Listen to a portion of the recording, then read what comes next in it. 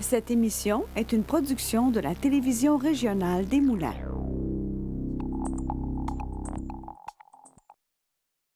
Aujourd'hui, au bulletin, une table de quartier peut voir le jour à Repentigny, une réussite pour le Salon de l'auto de Lanaudière et la ministre fédérale des Femmes et de l'égalité des genres en visite à Terrebonne. Je suis Charles Lantier et bienvenue à votre bulletin d'actualité régionale.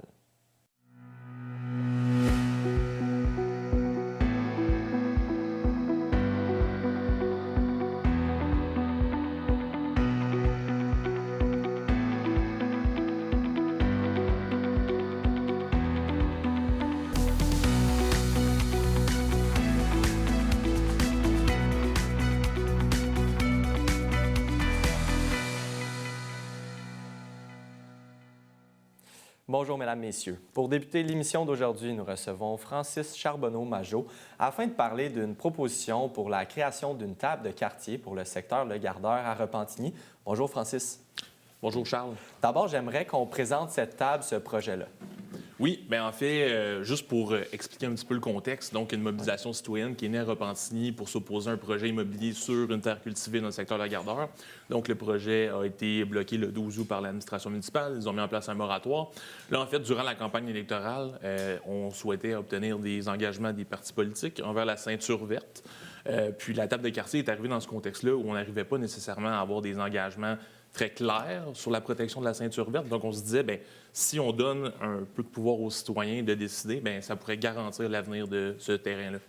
Puis, en fait, vous demeurez le secteur, donc c'est important pour vous de comprendre un peu les enjeux. En fait, vous avez déjà compris les enjeux, puis c'est de voir un peu les solutions, puis de formuler des demandes claires là, aux différentes administrations, que ce soit le politique ou l'administration municipale. Oui, c'est ça. C'est qu'on voulait, en fait, on voulait avoir des positionnements clairs sur les partis, ce qu'ils allaient à la suite. Bien là, il y a eu l'élection, donc on voulait savoir clairement ce qu'ils comptaient faire de la ceinture verte. Donc, la table de quartier, dans le fond, il y en a plusieurs. Il y en a à Laval, il y en a à Québec, il y en a à Montréal, dans différents quartiers. Puis c'est un lieu où les citoyens, donc les entreprises, les OBNL, les institutions, les citoyens, ils vont tous ensemble discuter, s'asseoir, discuter, puis, disons, développer une vision partagée, collective de ce qu'ils veulent dans leur quartier. Puis c'est vraiment une ceinture verte, là, on en parle, longue de plus d'1 kilomètre, autant de la forêt que des milieux humides. Donc, c'est important pour vous que ça soit préservé. Et on s'est rencontrés par le passé, mais vous m'aviez mentionné que c'est important pour les générations futures. Il y a une piste cyclable qui passe là, puis il y a beaucoup de gens qui en profitent. Il y a des gens qui ont grandi là, qui ont vu le milieu évoluer, là. Oui, tout à fait. C'est un corridor, c'est ça, de 1,7 km, donc il y a des champs. C'est une toute petite bande de terre au plus profond, une centaine de mètres entre la zone agricole protégée et la piste cyclable, qui est un tronçon qui fait partie de la route verte. Donc, c'est bien d'avoir des espaces verts qui bordent la piste cyclable. Puis oui, j'ai grandi dans le secteur, puis c'est un territoire qui tient à cœur, qui tient vraiment profondément à cœur aux gens. Qu'est-ce qu'on propose au niveau de la table? Qu'est-ce qui serait le scénario idéal, là, selon vous? Bon, bien, en fait, la table, comme je l'ai mentionné, nous, on amène des idées. Donc, c'est une proposition qu'on fait. En ce moment, on a une administration municipale qui est très ouverte à inclure les citoyens au niveau municipal. D'ailleurs, l'administration en place de M. Dufault, qui a été réélu justement le 2 novembre dernier, a mis en place la première politique de participation citoyenne. Donc, on sait qu'on fait face à une ville qui est ouverte justement à inclure les citoyens. Puis, on se dit qu'une table de quartier, bien, ça ramènerait un petit peu les discussions au niveau des quartiers plutôt que les décisions se prennent à l'hôtel de ville. Puis, dans le fond, ça donne une place aux citoyens pour voir, dans le fond, développer leur vision de leur quartier avec la ville. Puis vous êtes aujourd'hui ici à TVRM, mais c'est un sujet aussi qui a touché le national. En fait, vous avez eu la chance de parler avec des journalistes du Devoir là, dans les dernières semaines, je crois. Oui, exactement. Donc, M. Fortier du Devoir a fait un reportage pour illustrer un peu un projet Avancia à Repentigny qui vise à revitaliser un secteur industriel pour le développer, le densifier. Donc, il a opposé un petit peu dans son article l'étalement urbain par rapport à la densification. Où est-ce qu'on construit dans une ville qui n'a plus de territoire? Puis j'ai aussi signé une lettre ouverte dans le Devoir qui s'appelle « Un nouveau pacte démocratique pour faire la ville ensemble » qui explique justement ma vision. C'était ma vision personnelle, en fait, dans laquelle justement, je pense qu'on doit faire la ville ensemble, élus et citoyens. Puis il y a une certaine, je dirais pas inquiétude, mais vous mettez le doigt un petit peu sur une évaluation de terrain au bout de la rue Bertrand qui a vraiment monté là, dans les dernières années. Oui, exactement. Donc, avec des demandes d'accès à l'information auprès de la Ville de Repentigny, ce qu'on a réalisé, c'est que le terrain qui était ciblé par feu le projet Bertrand a vu sa valeur croître au niveau du rôle d'évaluation foncière de 350 en 6 ans, alors qu'en moyenne, dans la Ville, c'est 95 Fait que nous, ça nous inquiète de voir cette hausse importante-là de valeur. Il reste une trentaine de secondes. Qu'est-ce qu'on vous souhaite pour la suite des choses? Bien, ce qu'on souhaite, c'est de continuer à travailler avec l'administration municipale. On sait qu'ils veulent inclure les citoyens, on sent qu'on a une belle écoute de leur part, puis on espère qu'ils vont être capables de dialoguer justement avec les citoyens pour ouvrir les horizons, c'est-à-dire de pas seulement créer des comités à la ville où les citoyens ont leur place, mais aussi de ramener un petit peu les discussions dans les quartiers. Merci beaucoup, Francis, puis on va continuer de surveiller le dossier de très près. Avec plaisir.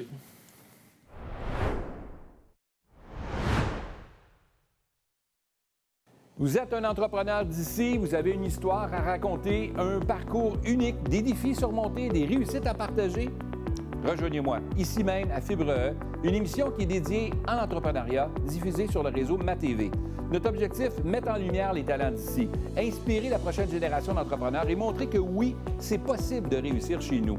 Contactez-nous dès maintenant pour participer à l'émission. L'entrepreneuriat, c'est aussi le pouvoir d'inspirer. Au plaisir de vous recevoir sur le plateau de Fibre E. Toutes mes mauvaises décisions m'ont enseigné quelque chose de fondamental pour m'aider à devenir un meilleur entrepreneur. Si des fois on a l'impression qu'on n'est pas à sa place, c'est parce qu'on n'est peut-être pas à la bonne place, mais qu'il y a un endroit pour nous.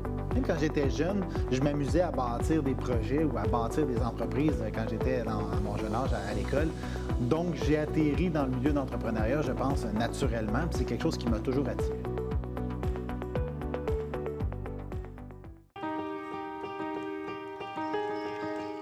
Je suis une vainqueur. Je suis un vainqueur. Je suis une vainqueur. Je suis un vainqueur.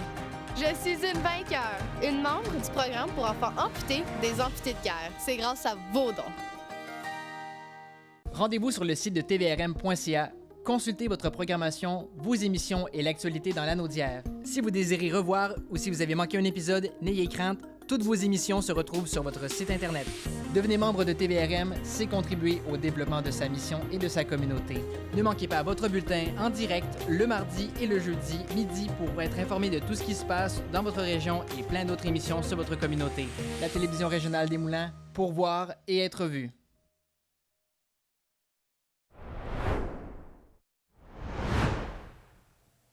L'ex-députée bloquiste Nathalie Sainte-Claire-Desgagnés fait appel à la Cour suprême du Canada pour contester le résultat de l'élection fédérale dans Terrebonne, qu'elle a perdu par une seule voix face à la libérale Tatiana Auguste.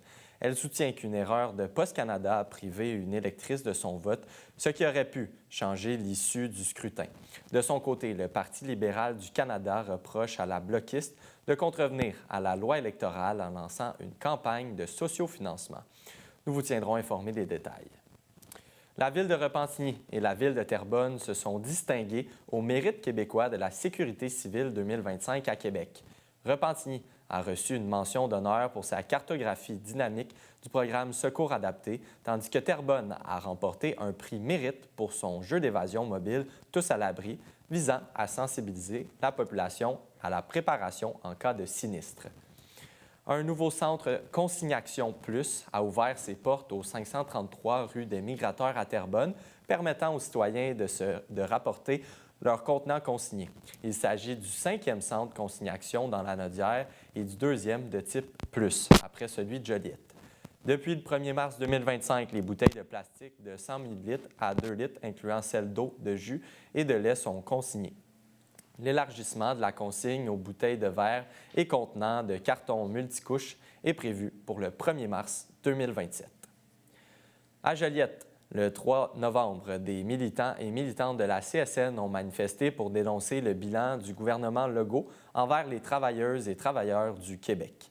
Le Conseil central de la Nodière reproche à la CAQ son inaction face à la crise du logement, à la hausse du coût de la vie et à la détérioration des services publics.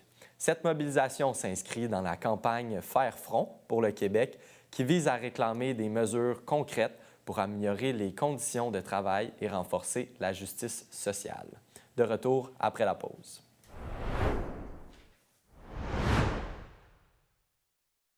Salut tout le monde! Ici Daniel Grenier pour vous parler des télévisions communautaires autonomes. Et si ce médium n'était pas là, voici à quoi ressemblerait mon message. Ça aurait pu être beaucoup plus triste si j'avais rajouté cette petite chanson triste. Mais bon, là n'est pas le point. Diversité de contenu, gestion indépendante locale, sans oublier une participation active à la communauté. Ensemble, encourageons les télévisions communautaires autonomes. J'ose ma télé communautaire.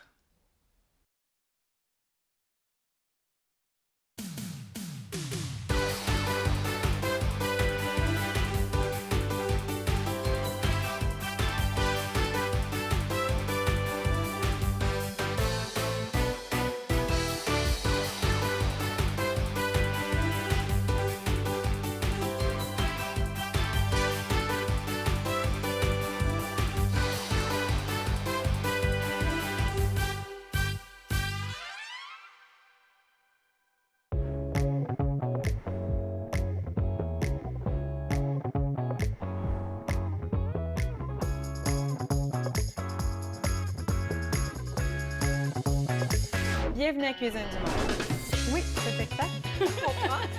Je dois dire que c'est très piquant. Ça bouge sur le table. Parce que la cuisine, c'est le partage. Oui. C'est vraiment très, très bon. Bon appétit.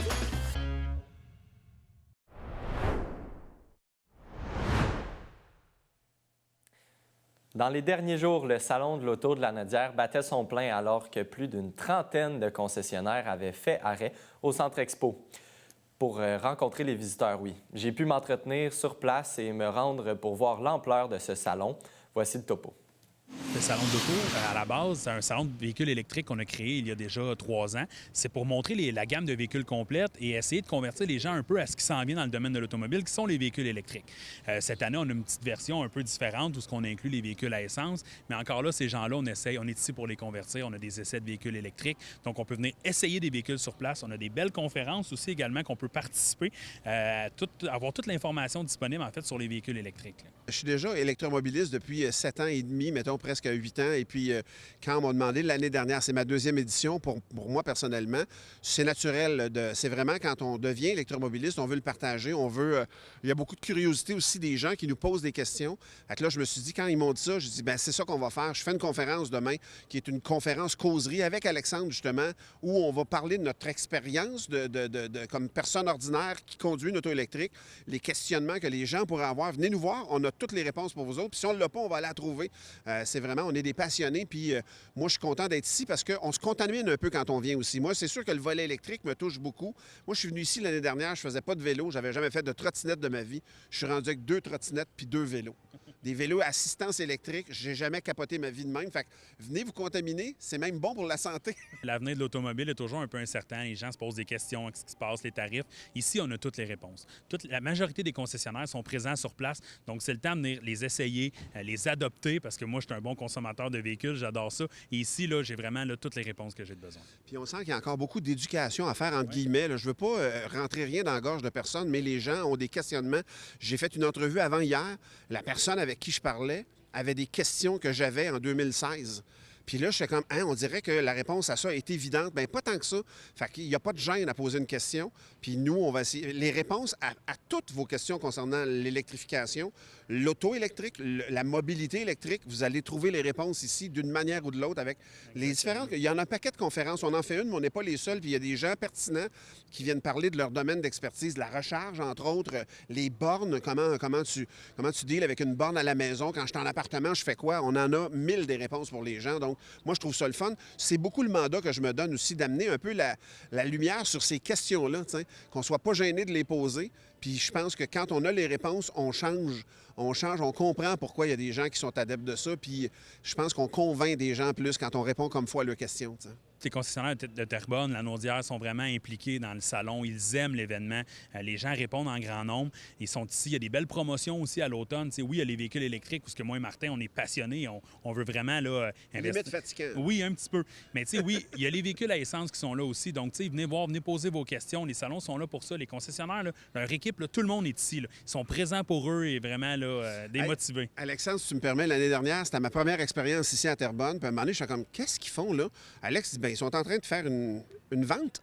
Il y a des gens, littéralement, qui viennent ici puis qui achètent sur le lieu même du salon parce qu'ils ont posé les questions, le véhicule est là devant eux autres, puis ils font comme OK. Puis il y en a plusieurs, j'étais surpris de ça. Donc, vous êtes en train de finaliser une décision pour acheter un véhicule. Ça se fait même ici, avec les concessionnaires. Ils sont bien organisés parce qu'il y a aussi, là, on peut faire évaluer notre propre véhicule. Donc, vous avez votre véhicule, il y a des gens qui sont sur place équipés avec les ordinateurs. Ils peuvent aller évaluer votre véhicule dans le stationnement, rentrer, vous faire le prix, magasiner votre prochain véhicule. Garage, exactement. C'est le même principe qu'à l'eau garage, sauf qu'ils sont tous réunis ici. Donc, on vient juste à un seul endroit et on peut magasiner toutes les gammes. On représente un territoire, Téléveillé. On est à Terrebonne, sur la Grande Allée Monté-Maçon. Ça fait maintenant 3 ans qu'on fait l'édition ici. Puis pour nous, c'est très important parce que, comme je l'ai dit, on représente un secteur. C'est très important pour nos clients aussi de se sentir à l'aise puis de venir nous rencontrer peut-être pour une première fois ou plusieurs fois déjà ici même. Beaucoup de modèles. On a surtout de l'hybride, de l'électrique. C'est des innovations qu'on fait depuis 1997 maintenant chez Toyota. Cette année, c'est très différent parce que les autres années antérieures, c'était surtout l'électrique, hybride branchable. Là, cette année, on a de tout. On a du hybride branchable, encore de l'électrique. Puis on a des nouveaux modèles sur le plancher à essence, comme le Corolla GR, le Trailhunter qui est juste en arrière là-bas, qui va être vraiment des modèles, des futurs modèles de collection. Fait que ça va être vraiment intéressant de le présenter aux clients là, cette année. Fait que, il y a une belle diversité cette année. Il y a beaucoup de nouvelles voitures électriques et les gens sont un peu dans le néant sur combien la recharge peut coûter. C'est tous les services électriques, comment que je peux avoir accès à la borne à domicile et tout. Fait que moi, je suis vraiment ici pour guider les gens pour tout type de travaux électriques. Ça me fait plaisir de répondre à toute question parce que c'est notre créneau, dans le fond. Puis c'est un peu ça. Dans le fond, on va tout présenter ce qui est le volet électrique et tout, parler des recharges à domicile, à quelle vitesse ces voitures peuvent recharger et tout, et comment faire aussi du bidirectionnel pour Hydro-Québec, parce que cet hiver, il va y avoir une nouvelle facturation, dans le fond, pour permettre d'alléger le réseau d'Hydro-Québec et pouvoir revendre de l'électricité à Hydro-Québec. Nous, ça fait 7 ans qu'on est en affaires, puis on est une jeune équipe, on voulait comme promouvoir les voitures électriques et tout, donc toute notre flotte est 100% électrique. Donc si je viens faire des travaux à votre domicile, j'ai besoin de couper le courant, mais je peux vous donner du courant à partir de mes camions, comme ça n'occasionne pas de problème pendant si vous voulez faire du télétravail et rester à la maison. Puis, on a notre Bright Drop, qui est le gros camion en arrière de moi, mais lui, c'est comme notre camion pour faire nos livraisons de matériel quand on a besoin et tout. Et notre Cybertruck, on a aussi des Ford Lightning, le Silverado électrique dans notre flotte. Donc, ça permet, grâce au camion, de donner de l'électricité à votre domicile pendant les travaux qu'on exécute. Étrangement, aucun électricien vient donner de l'information aux gens. Puis je crois que quand tu veux acheter une voiture électrique, oui, le prix de base est important, mais souvent, ce que les gens ne se posent pas comme question, c'est combien que le kilowattheure peut coûter, combien une recharge peut coûter, combien que l'installation de la borne peut coûter. Donc, je crois que ça vaut vraiment la peine d'informer les gens pour bien les informer puis qu'ils sortent d'ici avec tous les outils dans leur poche pour faire une décision juste et éclairée. C'est toujours le fun de rentrer en contact avec des gens qui voient ces voitures-là, de voir leurs yeux s'illuminer devant la panoplie de McLaren, la GT3. On a également une Porsche Safari qu'on est en train de modifier. C'est quand même assez unique au monde, là. Fait que c'est toujours le fun de montrer un peu qu'est-ce qu'on fait. Les gens nous connaissent peu, fait que c'est pas de possibilité.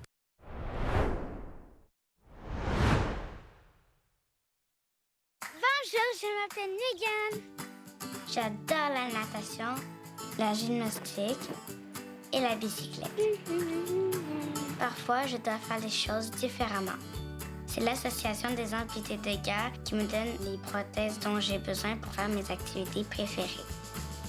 Tout ça est possible grâce à la générosité du public. En donnant aux amputés de guerre, vous aidez les enfants amputés comme moi. Merci!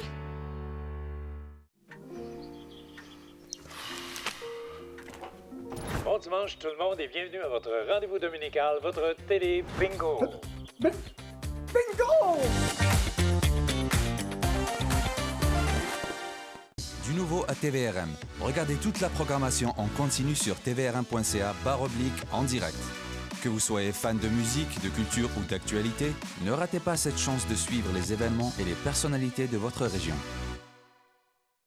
Bonjour, je m'appelle Jeanne. Je porte une jambe artificielle tous les jours pour marcher et courir. L'Association des amputés de guerre me donne les prothèses dont j'ai besoin pour faire du basketball, du soccer et de la randonnée en famille. Je peux faire tout ce que j'aime grâce à votre générosité. Quand vous donnez aux amputés de guerre, vous aidez les enfants comme moi. Merci. Rendez-vous sur le site de tvrm.ca. Consultez votre programmation, vos émissions et l'actualité dans l'anneau d'hier. Si vous désirez revoir ou si vous avez manqué un épisode, n'ayez crainte, toutes vos émissions se retrouvent sur votre site Internet. Devenez membre de TVRM, c'est contribuer au développement de sa mission et de sa communauté. Ne manquez pas votre bulletin en direct le mardi et le jeudi midi pour être informé de tout ce qui se passe dans votre région et plein d'autres émissions sur votre communauté. La télévision régionale des Moulins, pour voir et être vu.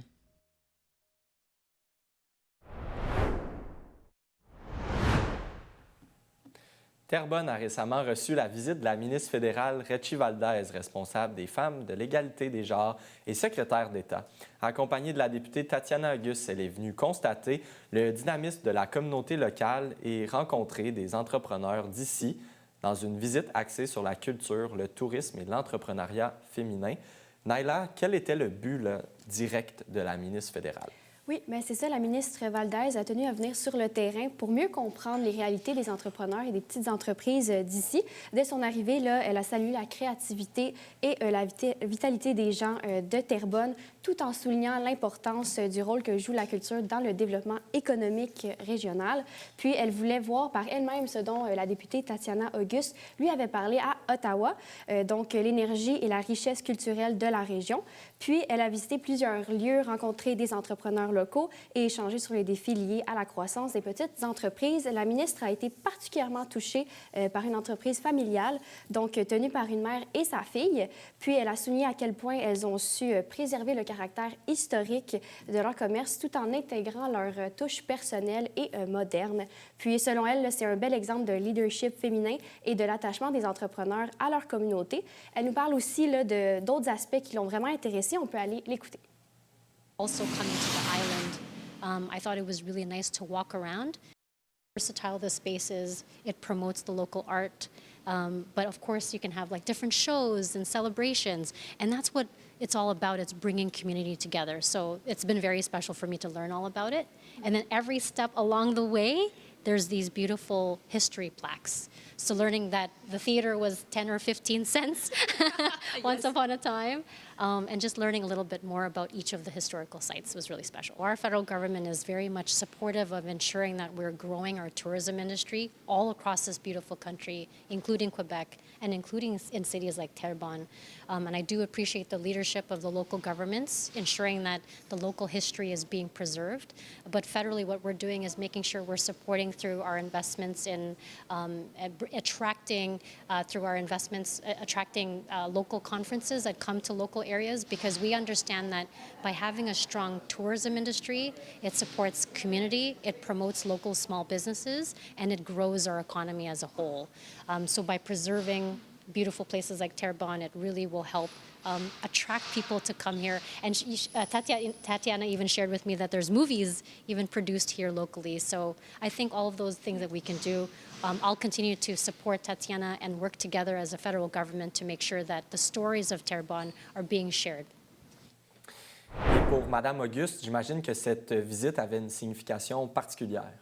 Oui, elle s'est dite vraiment fière d'accueillir la ministre Valdez, puis dans sa circonscription. Puis pour elle, c'est une belle reconnaissance du travail accompli par les citoyens et citoyennes de Terrebonne, et c'est une occasion de démontrer que les femmes d'ici ont un impact réel sur le développement économique et social de la région. Puis on peut aller l'écouter, elle va nous en dire un peu plus sur cet aspect-là. C'était très important pour moi de recevoir la ministre parce que c'était important qu'elle voie la beauté. Entendu parler de Terrebonne, mais qui n'ont jamais vraiment visité. Puis c'était l'occasion de lui montrer l'histoire, les gens. l'art, tout ce qui est spectacle qu'on fait ici et qui fait de nous une région, la capitale de la Naudière. Donc, c'était important pour moi de lui montrer concrètement qu'on investit dans les femmes, dans les petites entreprises, que c'est vraiment des gens d'ici, puis c'est des gens qui sont autour de moi quand je suis à Terrebonne. Donc, c'était très important pour moi. Je rappelle que la ministre a réitéré l'importance de soutenir la culture et le tourisme comme pilier de développement économique local. Puis elle a affirmé là, que chaque investissement dans une communauté comme Terrebonne permet non seulement de préserver son patrimoine, mais aussi de renforcer son attractivité, de soutenir les petites entreprises comme les plus grandes. Puis ce type de rencontre-là ouvre la porte à de nouveaux partenariats et à une meilleure visibilité pour les entreprises et pour la région. Puis, c'est surtout que ça envoie un message fort, comme quoi les régions comme Terrebonne jouant un rôle clé dans la relance économique et dans la mise à valeur du talent québécois. Ça signifie aussi que Tatiana Auguste s'impose au sein du gouvernement et les différents ministres sont vraiment enclins à venir visiter la région. Donc, c'est une très bonne nouvelle, je crois, pour Terrebonne. Donc, merci beaucoup, Naila. Merci.